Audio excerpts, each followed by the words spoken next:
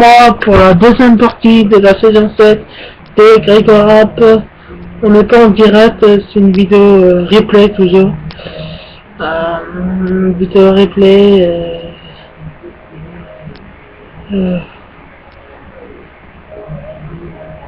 Ça aussi, j'ai mis du temps à tourner. Elle va sortir ce soir aussi. Enfin, aujourd'hui pour ce soir. Pour 23h30 peut-être. 23h. On est le 26 quand je vais mettre 2 pour 26, 2 pour 27. Et voilà. Et ce week-end j'en ferai pas parce que ce week-end je me repose. Donc voilà, je fais encore avant la fin plus belle de la vie. Enfin la fin plus belle de la vie. Avant plus belle de la vie j'en fais des vidéos. Après ça sera la plus belle de la vie, donc je ne ferai pas. Après j'en ferai demain. Après j'en ferai une 2 vendredi. Samedi j'en fais pas, dimanche j'en fais pas et je recommence lundi.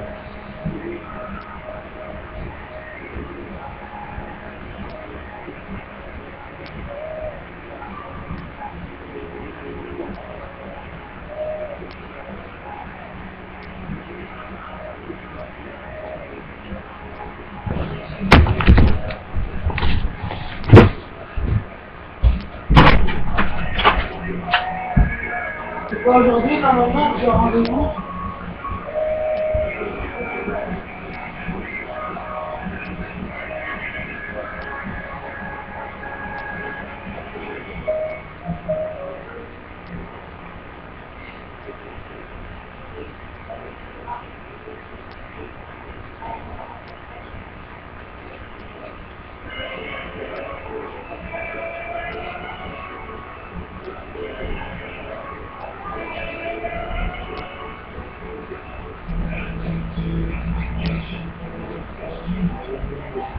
Non, mais les gars, je te dis que je peux pas aller en rendez-vous là. Je m'en fous.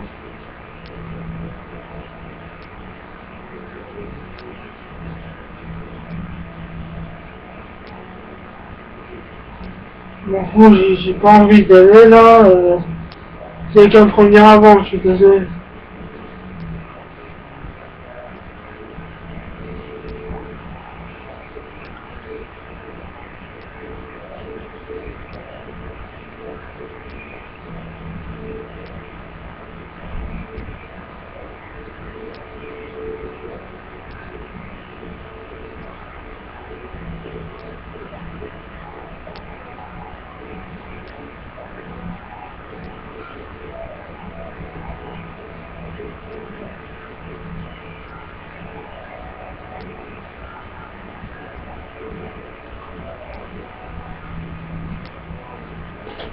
Faut que je fasse mon mail.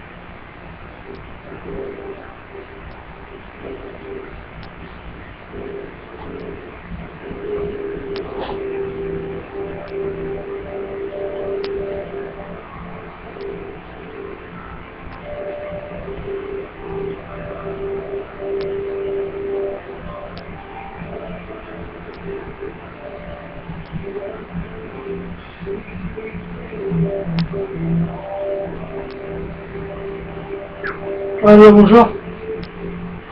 Est-ce que tu pourrais dire à ton frère qu'on pourrait décaler le rendez-vous de quelques heures? J'ai pas mangé encore. Normalement, le rendez-vous c'est à 2 heures, mais je serai pas prêt pour 2 heures parce que j'ai même pas mangé encore.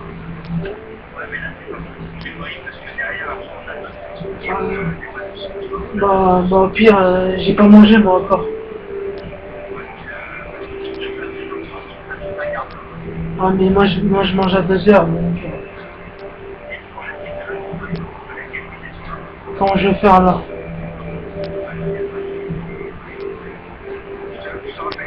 Ok, ok.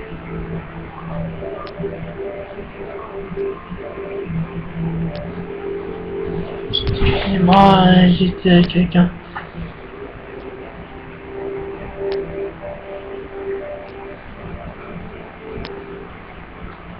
J'en avais ma cuisine.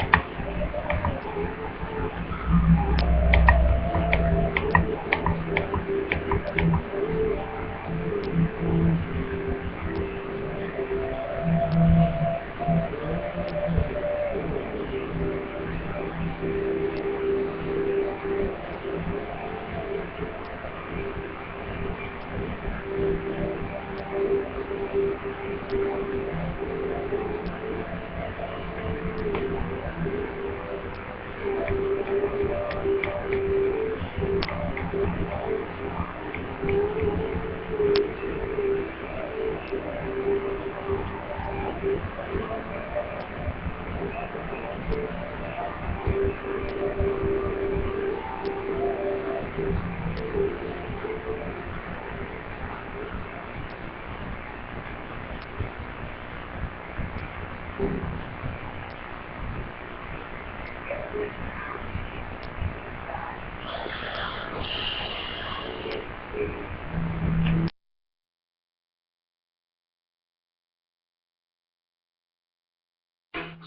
what? Shibano? No, no. In English, I have Naruto. I don't understand. Il m'a dit que là, go. Let's go. In English, please. Tu fais moi le malin. Tu fais moi le malin, là. Tu fais moi le malin.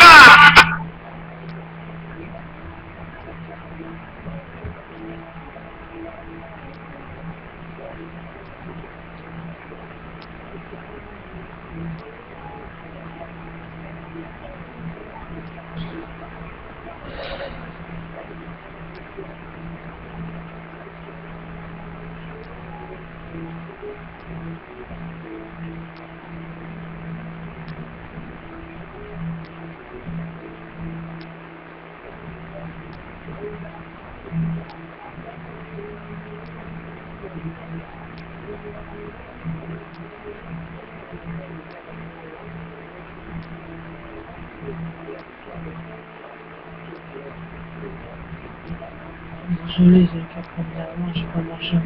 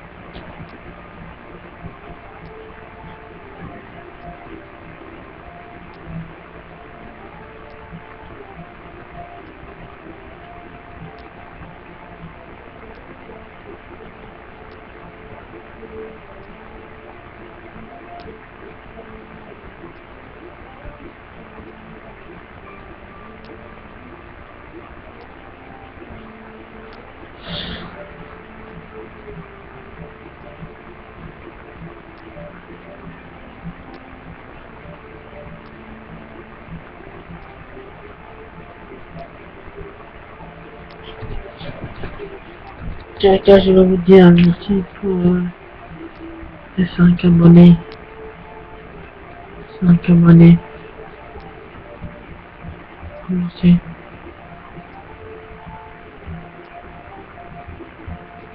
Le spectateur frappé. L'ombre de l'objet serait donc le poste de télévision.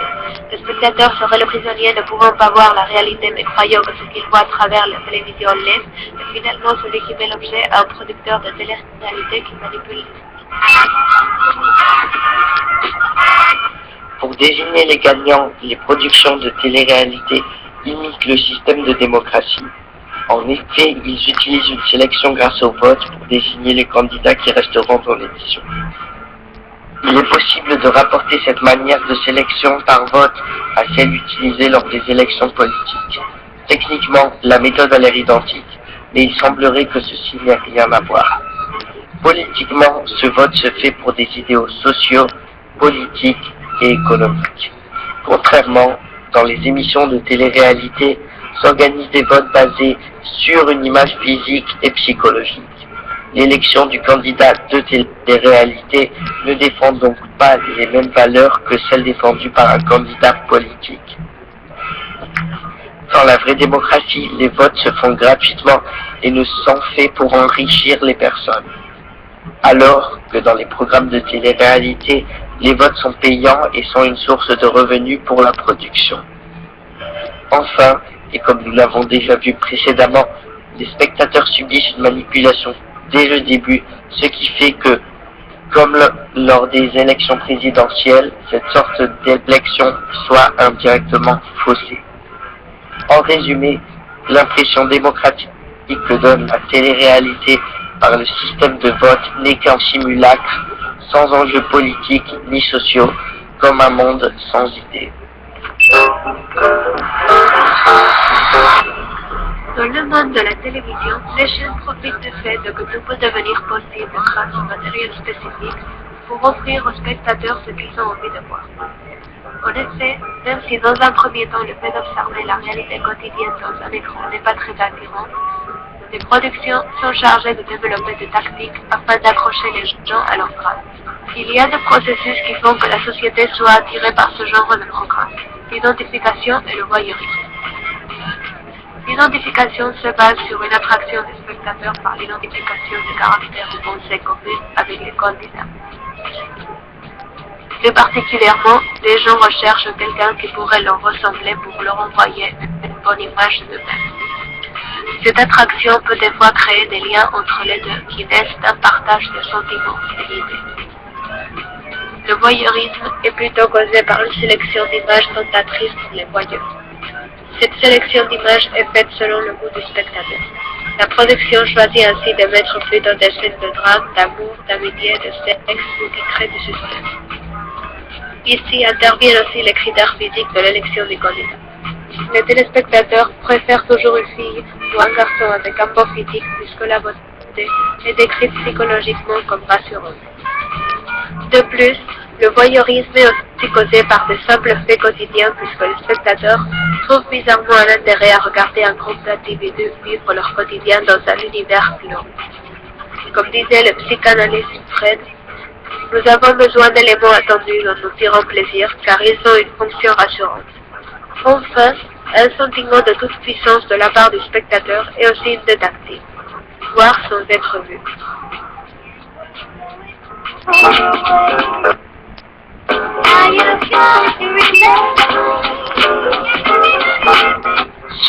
C'est maintenant 15 ans que le nouveau genre télévisuel, la télé-réalité, a été inauguré. Ce qui est devenu un phénomène de divertissement à coup bas. En effet, la télé-réalité n'a pas besoin de grands moyens par rapport aux films et aux séries. Un studio, quelques candidats, des caméras, quelques présentateurs, alors qu'elle présente une attraction massive d'audience. Qui dit audience, dit bénéfice. Les millions de téléspectateurs permettent de gérer les publicités. Dans la dernière saison de Secret Story, ceci a rapporté plus de 56,8 millions de recettes publicitaires sur seulement 3400 spots. En plus de cette source de profit apportée par la publicité, les téléréalités font aussi des SMS surtaxés pour que les spectateurs votent pour sauver des candidats ou au contraire les éliminer. Dans l'émission de Big Brother en Espagne, appelée Gran Hermano, on envoie autour de 12 messages par minute à 1,45 € chacun, ce qui rapporte au total 1 879 000 € en 3 mois, ce qui est la durée de la saison. L'envoi des SMS apporte aussi un sentiment d'implication et d'influence dans l'aventure de la part du téléspectateur. De plus, la production gagne de l'argent avec la commercialisation d'objets en rapport à l'émission. Des t-shirts, des jeux vidéo, des DVD, des CD de musique, des jeux de société, etc. Une petite source de gains pour la télé-réalité est aussi la publicité sur leur site internet, dans lequel il y a des rediffusions d'épisodes. Malgré la hauteur des gains de la production, les salaires des candidats ne s'élèvent pas tant que ça. Dans Secret Story, ils gagnent 500 € par semaine passée dans la maison et 300 € lorsqu'ils ont été éliminés, mais lorsque le programme n'est pas encore terminé. Dans Les Ch'tis, un programme télé-réalité basé sur un choc des cultures entre l'origine de 9 ou 10 participants et leur destination lorsqu'ils voyagent à travers le monde, chacun gagne entre 3 000 et 6 000 € par saison. Quelques-uns gagnent plus d'argent que d'autres selon leur popularité. La télé-réalité est donc une stratégie commerciale rentable où les coûts sont très bas par rapport au fort niveau des gains. Les bénéfices dans ces programmes de télévision sont variés et sont générés par la publicité, les SMS surtaxés, la commercialisation d'objets. Donc, la réalité que l'on montre n'est qu'une stratégie économique pour s'enrichir, ce qui fait des candidats des produits de marché.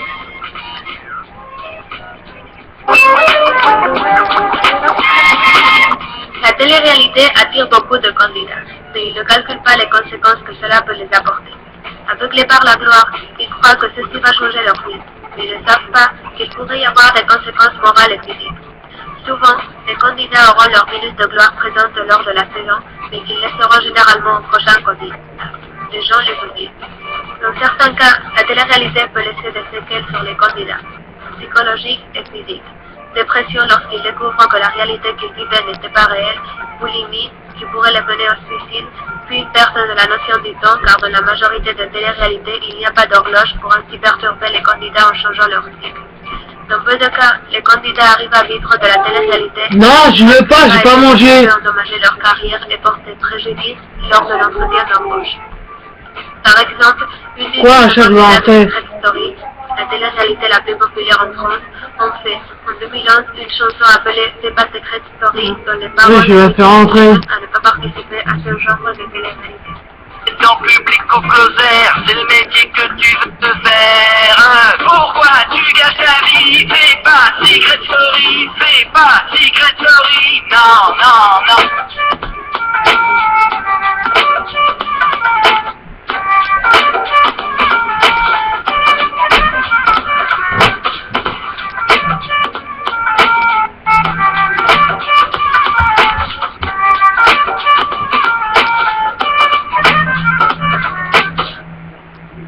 Bon, je vous laisse les gens, merci à tous de m'avoir suivi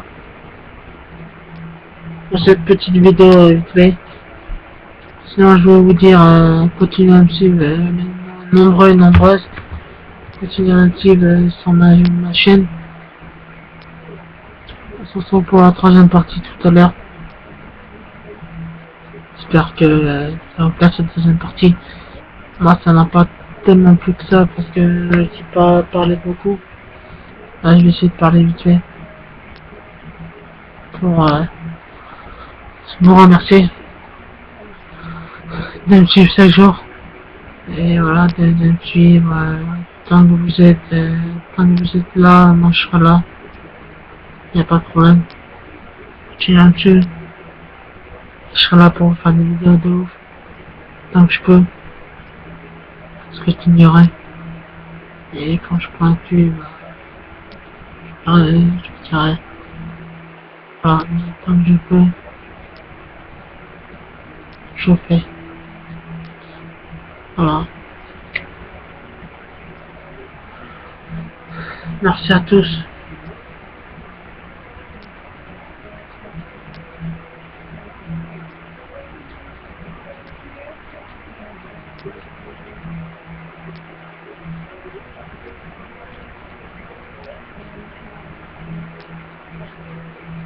Ah, je vous laisse sur cette vidéo.